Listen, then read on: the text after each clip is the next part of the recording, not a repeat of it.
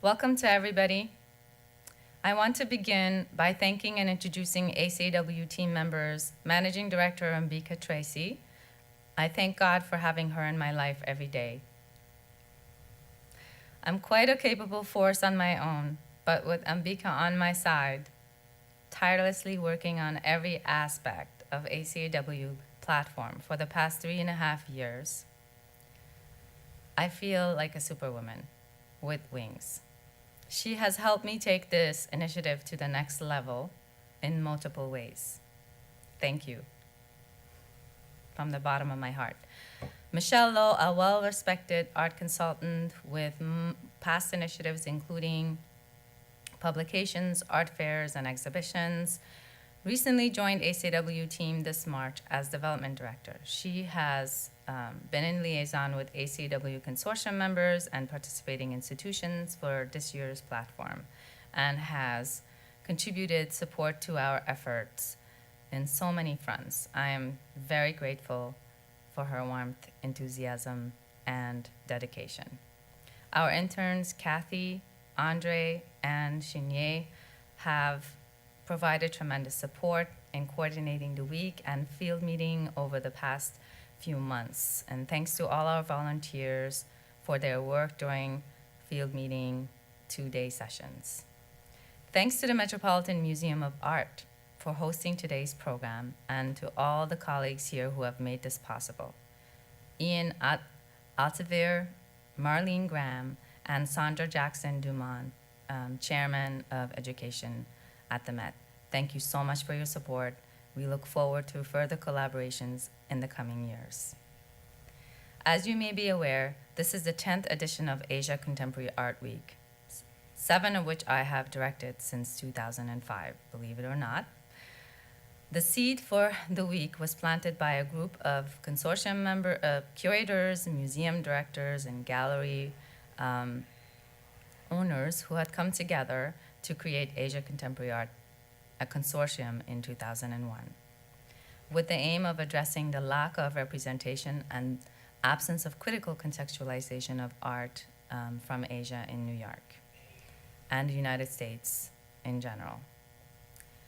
Some of the founding members include Melissa Chu, Vishaka Desai, Jack Wasworth, Alexandra Monroe, Junglee Sanders, Shumida Narani Bose, some of whom are still consortium members till the present day, and many more that have joined over the years, including Tyler Rollins.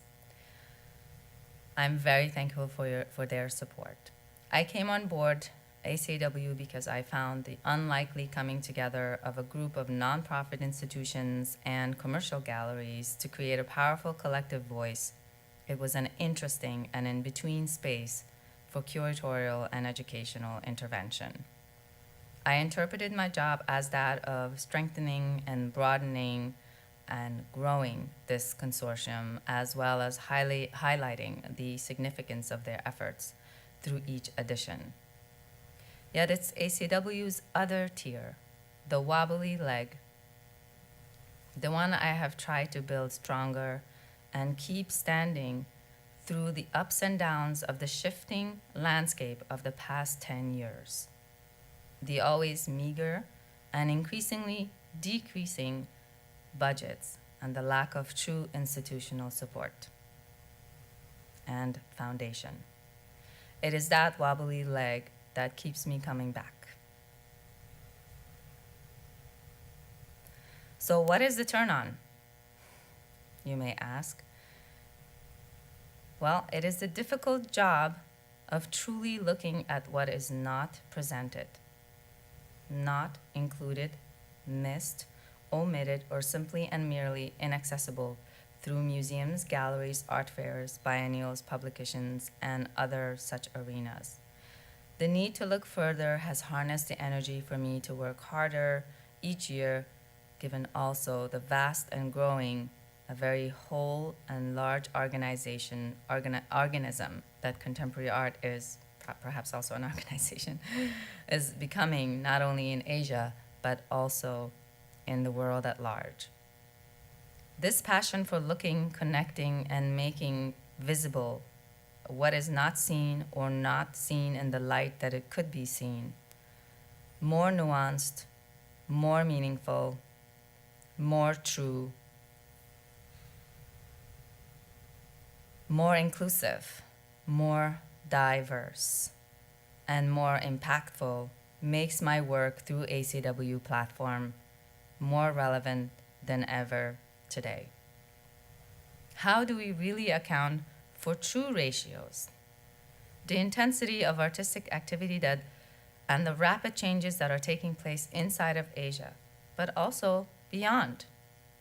Amongst hundreds of museums and institutions and thousands of galleries in New York, there are still only a dozen or so institutions and galleries that are exclusively representing artists from Asia, while only a handful of leading galleries have added one or two artists to their roster over the years. This is a fact. Many of the artists enter the US art scene through biennials and blockbuster museum and group exhibitions, a majority of whom never get to come back for a solo show, forgotten by the next wave of new artists woven through the web of the system. While only few names are repeatedly paraded in institutions small and large.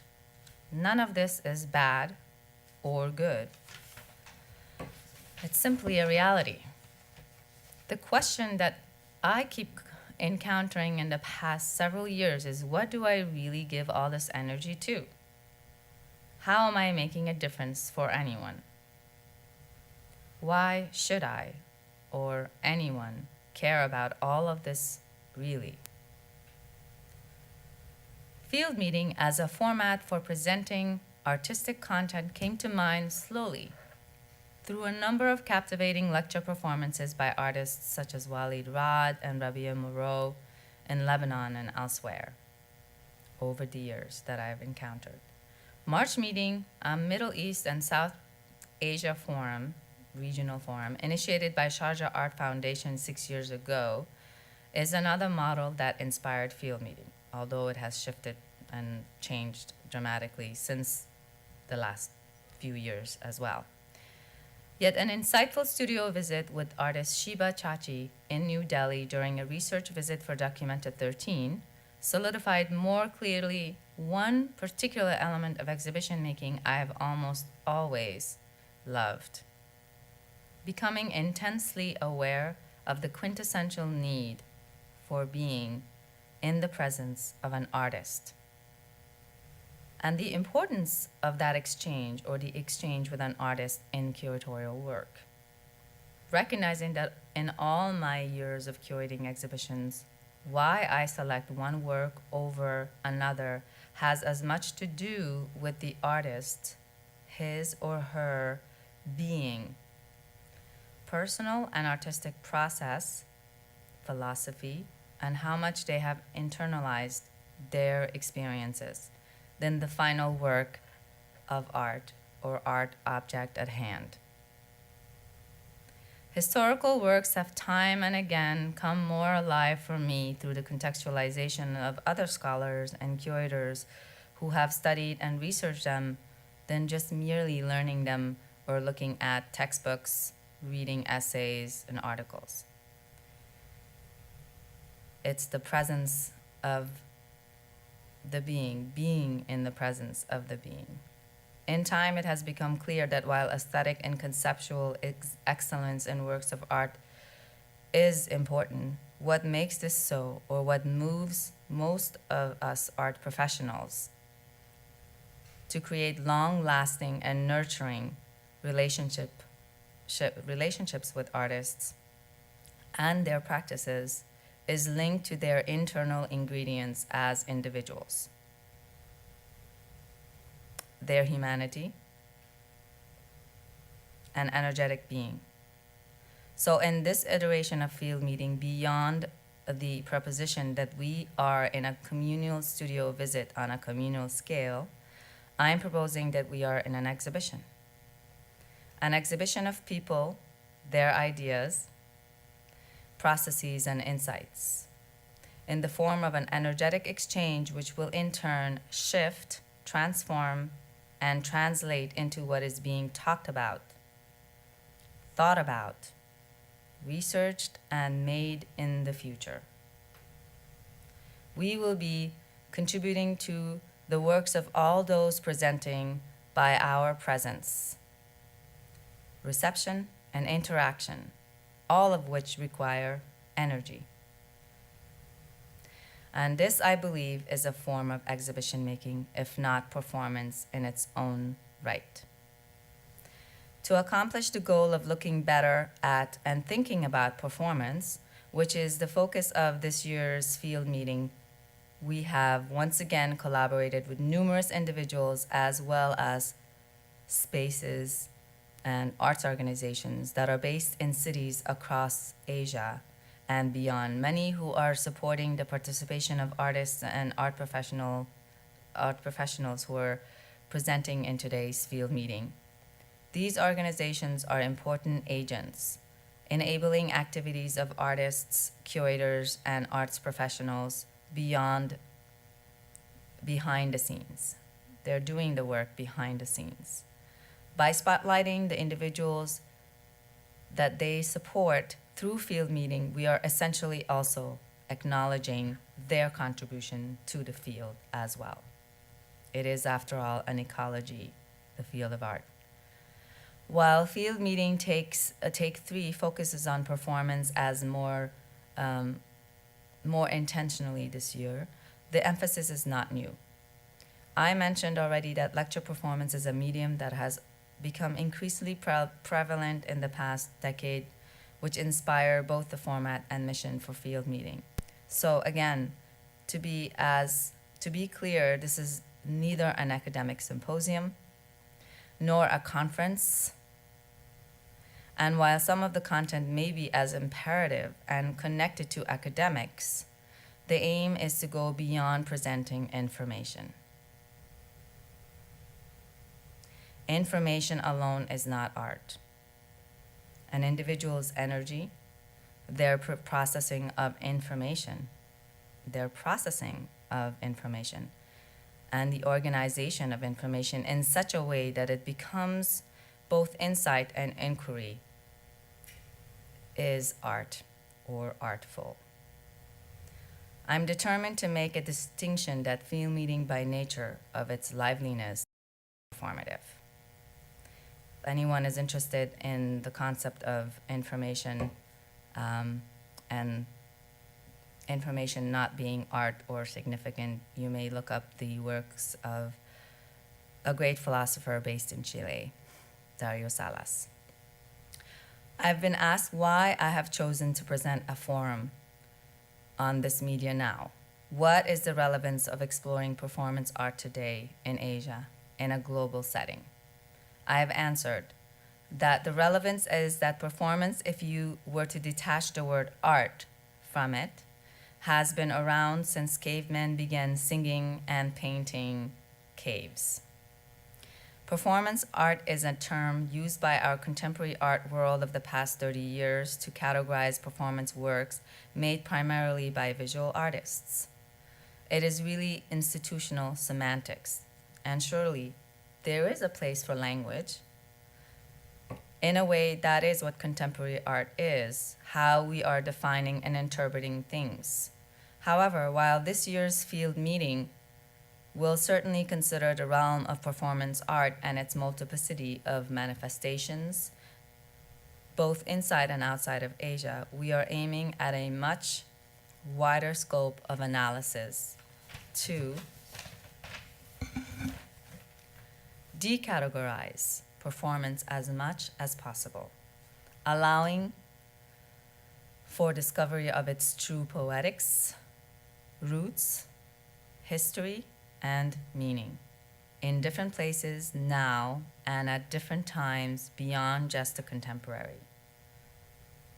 Performance is often an undeclared means to a process rather than an objective end. It is a method of delivery, a tactful language, the quintessence of all creative practitioners and their inner workings. Painters, novelists, architects, comedians, poets, and so on. Often performance is subliminal, a subconscious strand poised to seduce, communicate, enlighten, and provoke. Again, I am proposing that we scrutinize performance much more openly, which is why the subtitle of this year's field meeting is Thinking Performance. Let us think about it rather than make statements. It is an attempt to think and allow a diverse set of thought about the subject at hand. It is a much more interesting way than continuing on the path of East-West dichotomies. I think for many of us, the practice of the experience of performance is not readily defined. Every artist and professional presenting at field meeting has a distinguished point of view, individual approach that is worth thinking about. Performance is often an undeclared means to a process, as I said. In last year's field meeting, I had envisioned a set of objectives, which I shared with the audience. At my opening remarks, in a kind of ceremonial invocation, I think we certainly paved the way for many of those declarations and those accomplishments which are living forward as instigations that are continuing to unfold onwards, manifesting in different ways even today, a year later, and will continue into the future as many significant things do. I would like to end my opening remarks by renewing some of the most important objectives for field meeting to create partnerships, collaborations, and relationships forged organically between presenting artists and art professionals, and organizational leaders and professionals on the receiving end as the audiences. A broad and open representation of Asia while focusing on artistic practice as an ongoing process rather than an end result. Considering unconventional modes of performance art and exhibition making practices. To highlight artistic initiatives in a timely and less mediated fashion, facilitating a kind of exchange that is far beyond established institutional representation and discourse, addressing the large gaps in the ratio of Asia-based artists represented in U.S. museum galleries and institutions by presenting many current and recent historically relevant artists through our platform. Creating access to unfamiliar yet existing art historical scholarship and inspiring new, rigorous research by artists and further analysis of new institutional models specific to local arenas. We are very thankful again to the many galleries and arts organizations in the United States, Asia, and many other parts of the world that have joined Asia Contemporary Art Week platform this year. Some of them who have been sponsoring and have sponsored field meeting invited artists their trips to New York. For a full list of artists and art professionals, their brief synopsises and profiles, plus the list of supporting institutions and galleries, please visit our website, www.acw.info.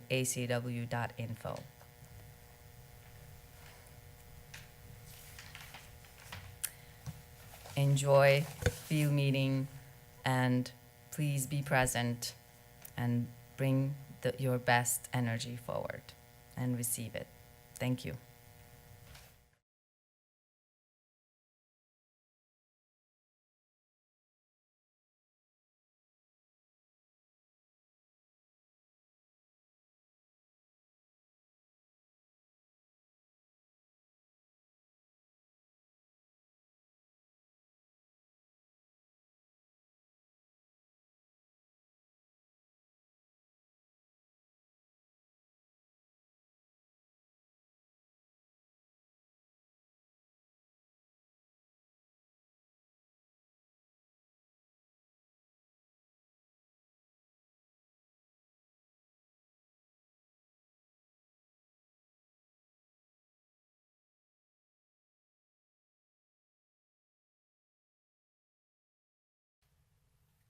defined as the moral center of that book, a kind of amorality, a kind of ethical ambivalence. How does this happen? Was this something inside of me? Was this something in the culture itself? All right. 2,000 years ago, a great anonymously penned philosophical and theological poem called the Bhagavad Gita is written and included in the great Indian war epic, the Mahabharata. No problem. I'm not going to do the whole 2,000 years, right? In this poem, the prince, Arjuna, is the rightful king. He's been exiled for 13 years. He comes back. He musters an army. He puts the army out on the field. And on the other side of the field is the opposing army. And it's made up of his cousins. He wants to take the throne from his uncle, the blind king, Dhritarashtra. Now, it's one thing to talk about doing something like this, to cause civil war. But it's another thing to do it. And so you can gather the army. And you can rally them up and you can get them to fight. Arjuna is a great archer. And he picks up the bow to start the war. And he looks across and he looks at his cousins. And he says, I can't do it. And he puts down the bow. Now, conveniently enough, his charioteer is the god Krishna. And Krishna says, Arjuna, this war has always been and always will be and is already past. I see all things. Fight the battle, Arjuna. And Arjuna says, those are my cousins. And if I kill my cousins, what will happen to my soul? And Krishna says, don't worry about your soul. I know everything. This war has always been. It's already over. I know that makes no sense. Fight the battle. For those of you that have read the Gita, you know that it goes on. Song after song, chapter after chapter. Bhagavad Gita means song of the Lord. Ultimately, Krishna, in this back and forth with Arjuna, answers all of Arjuna's questions about the soul and reality and the cosmos, and convinces him that he will not sacrifice his soul if he does what is asked of him by the world. Fight the battle, kill, commit murder. And ultimately, Arjuna says, you have taught me everything that I need to know, but my soul is still on the line. This is a crash course in enlightenment. You have told me what the universe looks like. I need you to do me a favor. You need to show it to me. So Krishna says, well, you can't see it with human eyes, so I'm going to give you the divine eye. Wear the divine eye, and I will show you the universe in its entirety. And he reveals it to him, right? He shows him the universe. Okay. A very curious thing happens at this point in the poem. It's Krishna and Arjuna back and forth, back and forth, back and forth, for thousands of lines. And all of a sudden, the poet breaks in and says, and at this point, the guide for the king, Dhritarashtra, says to him, and then king, Krishna showed him, and you go, whoa, whoa, whoa, whoa, whoa, who's this? Who is this talking? And all of a sudden, the dream has been broken. And what you get on the page are words. All of a sudden, the dream splits, stops, crashes, and you read words. But the words tell you what the universe looks like in its entirety, right? For a few lines, Krishna begins to show Arjuna the universe. And what does Arjuna say? He says, thank you.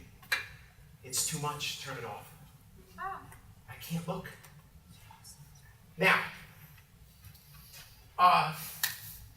he does fire the arrow, by the way. He does start the war. This is not a... Gandhi loved this poem. Said it was about peace. That's one interpretation. He fights the battle. He goes to war.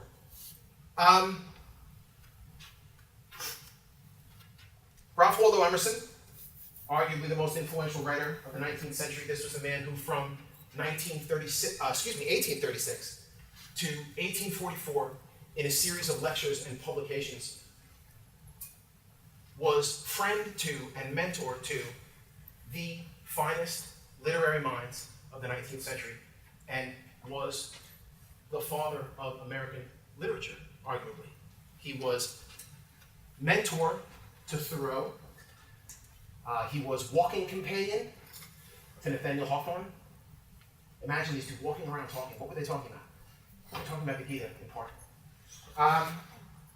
He was dinner guest of Emily Dickinson, and he was the welcome nemesis of Herman Melville. Okay? Ralph Waldo Emerson loved the Bhagavad Gita. My friend and I owed a magnificent day to the Bhagavad Gita. It was the first of books. It was as if an entire empire spoke to us, nothing small or unworthy, but large, serene, consistent, the voice of an old intelligence with another age, had pondered and thus disposed of the same questions which exercise us. And this is from his journal, and this is him talking about walking and talking about the Bhagavad Gita.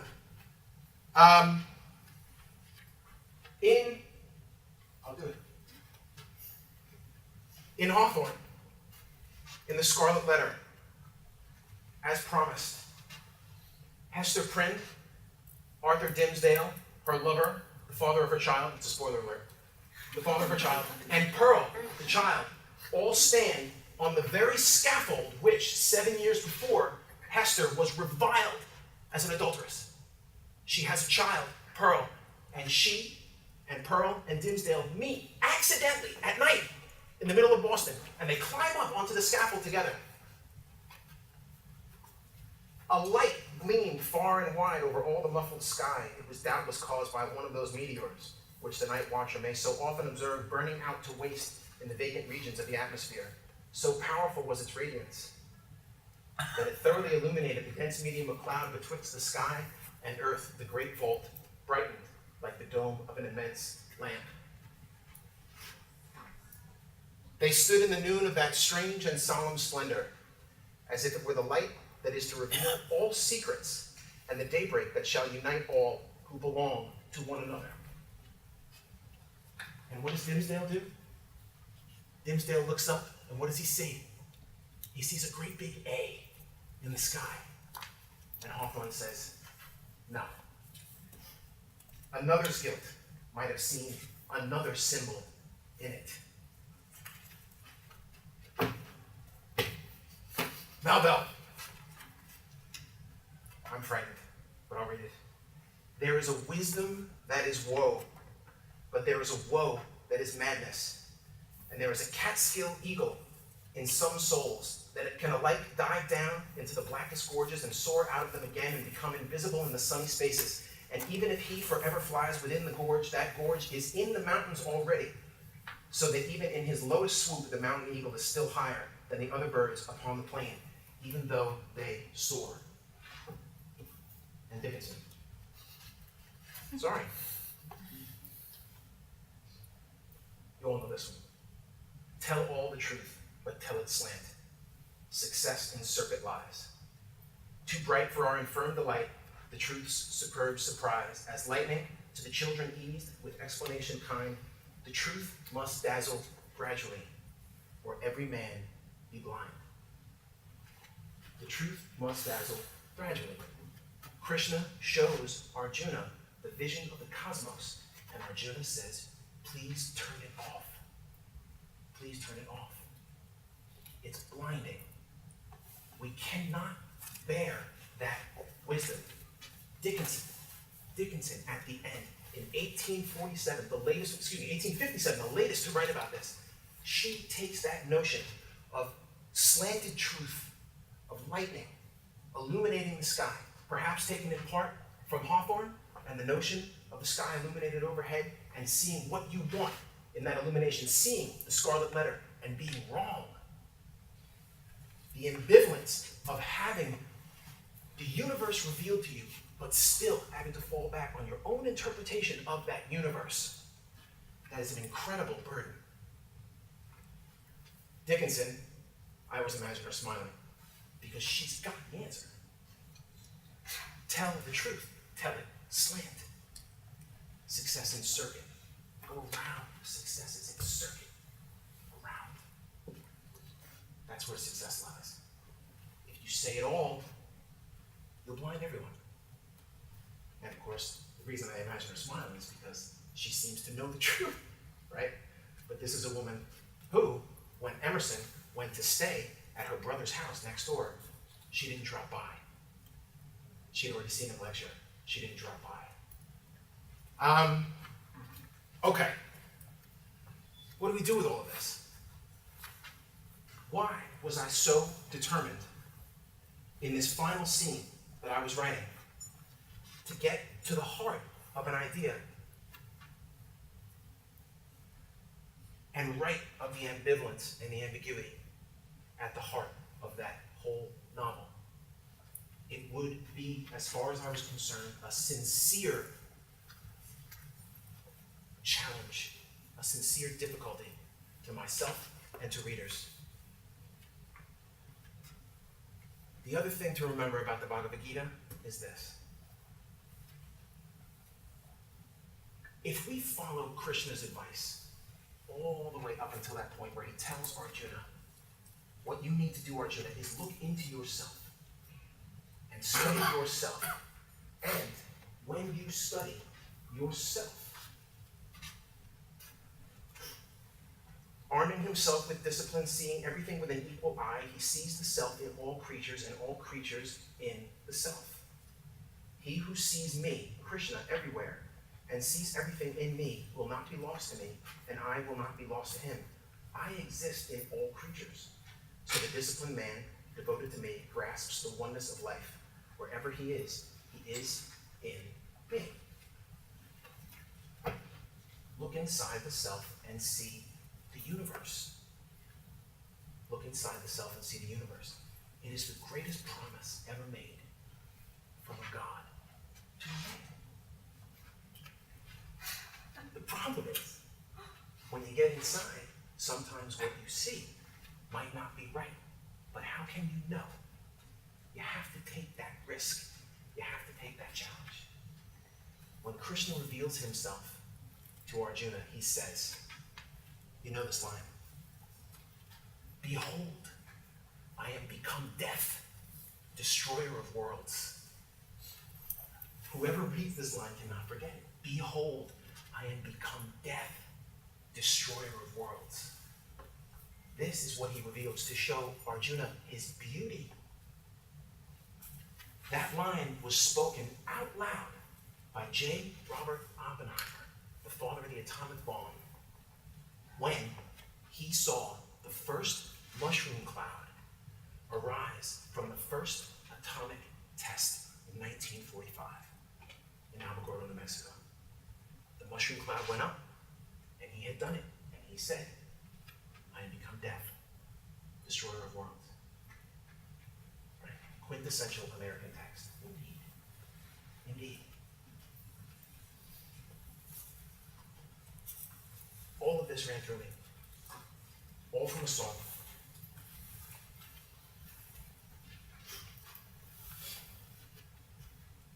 And all that remained was to find the words. Look inside the self. Think of the reader.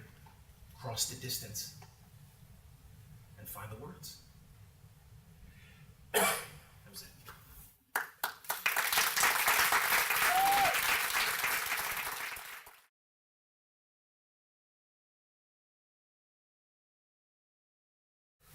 Okay, happy Halloween, everybody.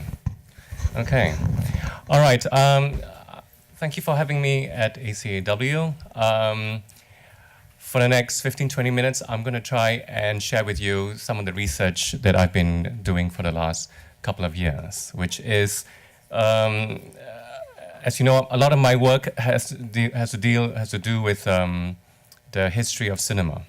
And I've been looking at the history of Cantonese cinema, and especially of Hong Kong and its relationship with Cantonese opera. And also, I'm combining that with my research into the history of science fiction in China and trying to see where the two strands of research meet. Ultimately, I am dreaming of creating a science fiction Chinese opera. It sounds kind of absurd, but let me assure you, the more I did my research, the more plausible it became. Okay, we're going to start two years ago when I started making more exhibitions in Asia. I was in Hong Kong and I was looking at the history of Chinese cinema. It moved from Shanghai to Hong Kong in the 30s after the Japanese invasion. And one of the main things that was part of Chinese cinema was Chinese opera cinema, because the market was already available. You had stories, actors, and audiences already available. And so it's just a natural when cinema arrived in China for Cantonese opera actors and troupes to make movies.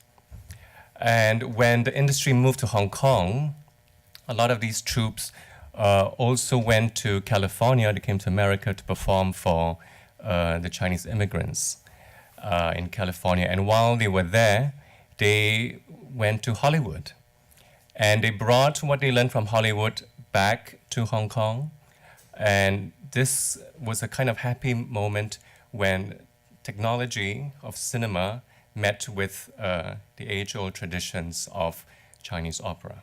Yeah, and stage and screen began to influence one another.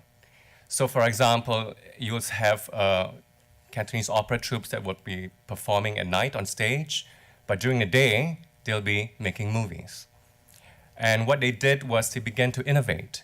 In order to make Cantonese opera cinema, they reduced the storylines, they shortened it. They introduced popular songs, and of course there's a lot of innovations as that has to do with technology. They introduced early special effects, and also they adapted, say, successful Hollywood story scripts into Cantonese opera, and they would use popular melodies of the day. Yeah.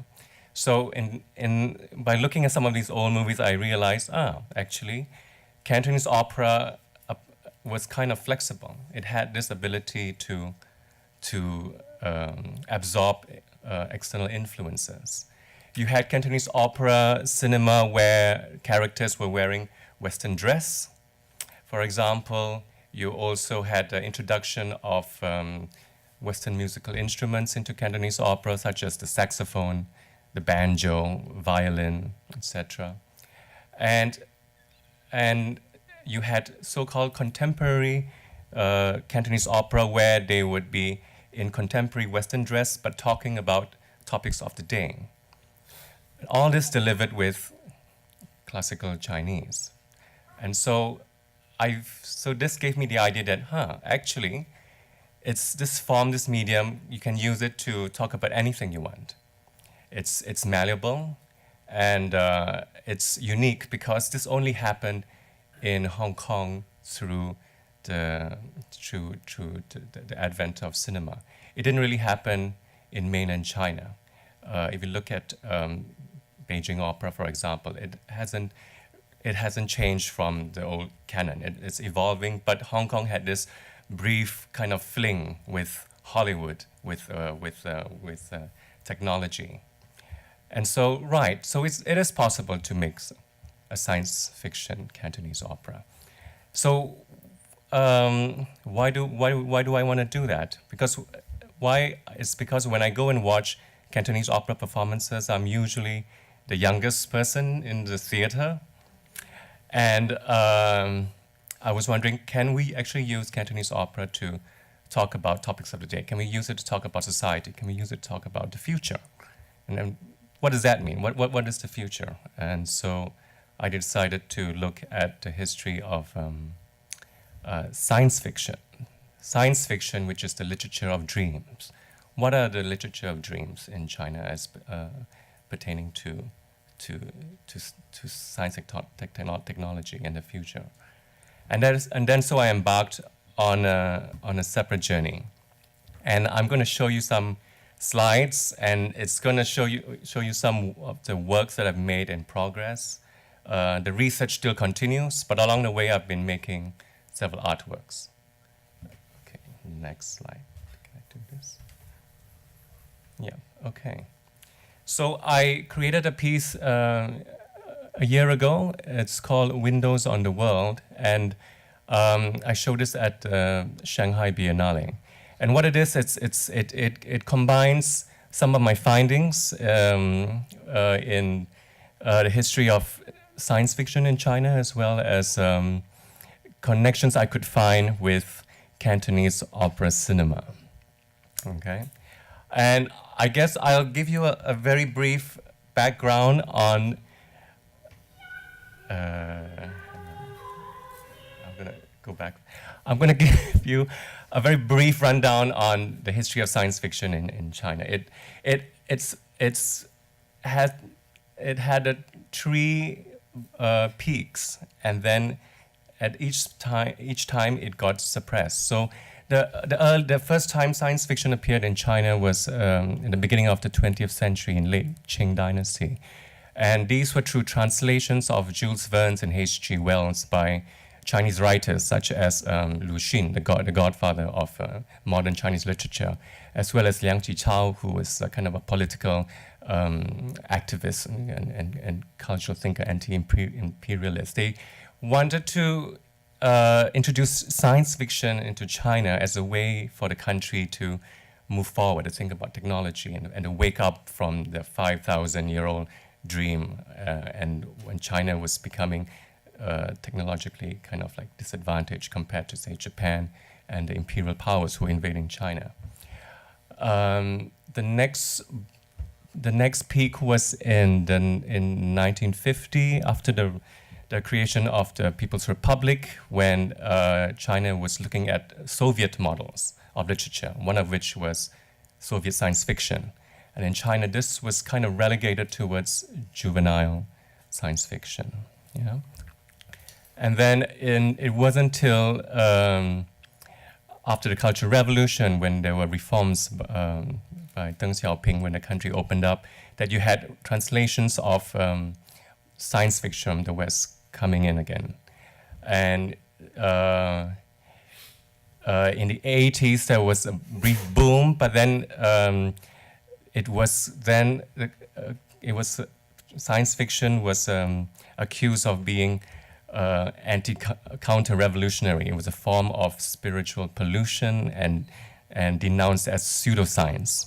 So that killed science fiction for a while. And then in the 90s, with the internet and university students forming science fiction clubs and writing short stories on internet, that started the third and present boom. That's still going on now. And so some of these university students are now kind of like full-fledged science fiction writers. And the epitome of that, the highest point of that was is a guy called Liu Cixin, who is like the Arthur C. Clarke of the Chinese science fiction world. And for the first time, his work was the first time a work of science fiction entered mainstream Chinese literary field, and became a bestseller. The first English translation of this book only came out about a year ago. So this is how recent the thing is. But anyway, so enough of the history lesson. So what I did was I decided to make this work using the figure of the female space explorer as a central metaphor. Yeah, and it's just juxtapositions and combinations of things that I found. Yeah, I'll play it and.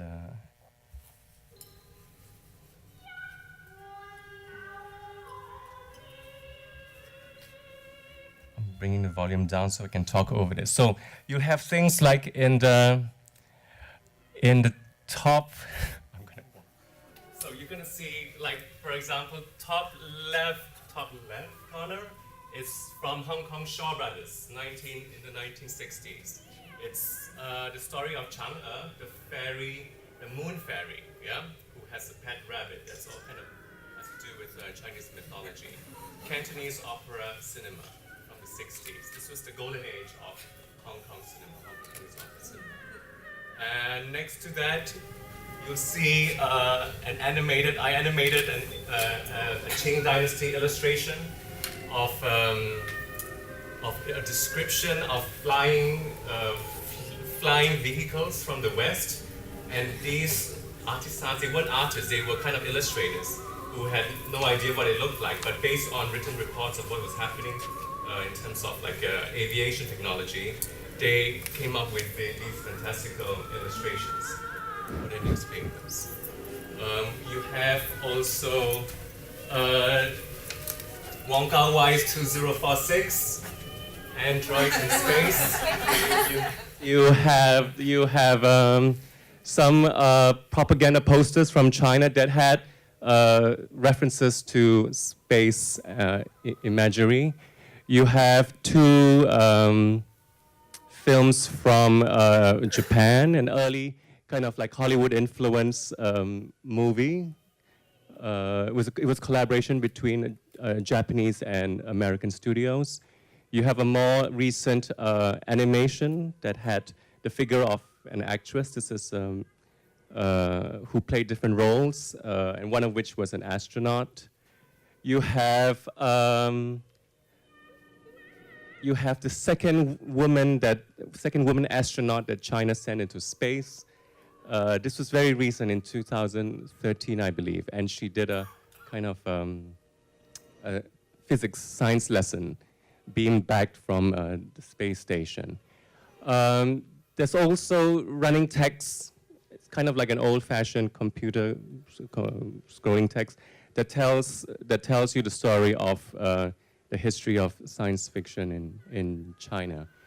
And here is me as an Asian female space explorer floating in space. This was part of an installation I created in Hong Kong, where the aesthetics were all kind of influenced by traditional Cantonese opera. So the set was all made with bamboo and fabric. Yeah, I'm going to show you the second half. This is just half of it. So here we go. There's more.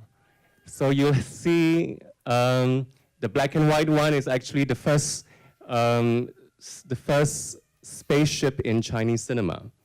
This was actually from 1950s Cantonese opera movie. It's based heavily on Chinese mythology, but what happened was there's a lot of magic involved, and these characters were miniaturized and flown off into space in a Chinese opera shoe. Okay. You'll have also this one is an interview with Liu Yang, who was the first female astronaut sent by China into space, and she talks about her feelings.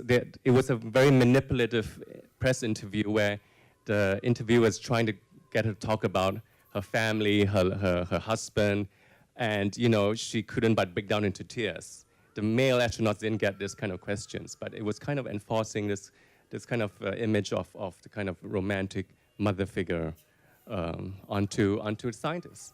And you see her also in this top corner. She's practicing Tai Chi in space. Her legs are kind of anchored down.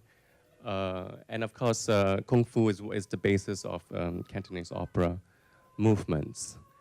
We also have Sandra Bullock here in Gravity, in a clip that I picked out, where in order to be saved and to go back to Earth, she had to go into the Chinese spaceship to go back to Earth, but she didn't realize that all the controls were in Chinese. There is also an early film from it's Eastern Bloc science fiction. This is in America. It was called First Spaceship to Venus. In Germany, it was called the Silent Star. It was an East German-Polish co-production, and it had a multinational cast, kind of like Star Trek, but it predates Star Trek, and it has Yoko Tani, a kind of she's a Japanese actress in one of the lead roles, as well as a Chinese scientist. You'll see here also it's the animation of the space rover landing on the moon that China achieved, I think, just over a year ago, and the spaceship was named after Chang'e, who was the moon fairy, and the space rover is called Yu2, Jade Rabbit, named after a pet rabbit.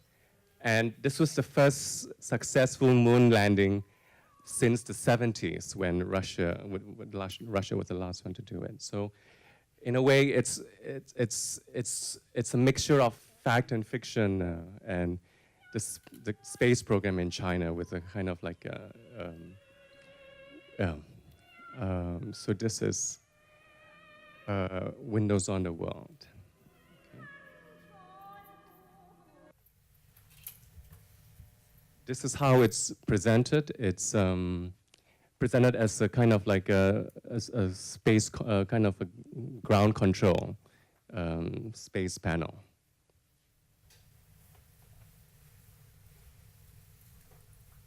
And so this was in Shanghai. And then I'll come to the other work I was going to show you. This is something I showed in Beijing in June this year at Ulan Center for Contemporary Art, UCCA. And this was an imagining of Chinese space science fiction Chinese opera set. Yeah, and it's inspired by Eastern Bloc science fiction movies. So it's a full-scale theater set that you can walk into. So this is the entrance, which is actually in the form of a moon gate, a traditional moon gate in Chinese garden architecture. And you go in level after level after level. Yeah.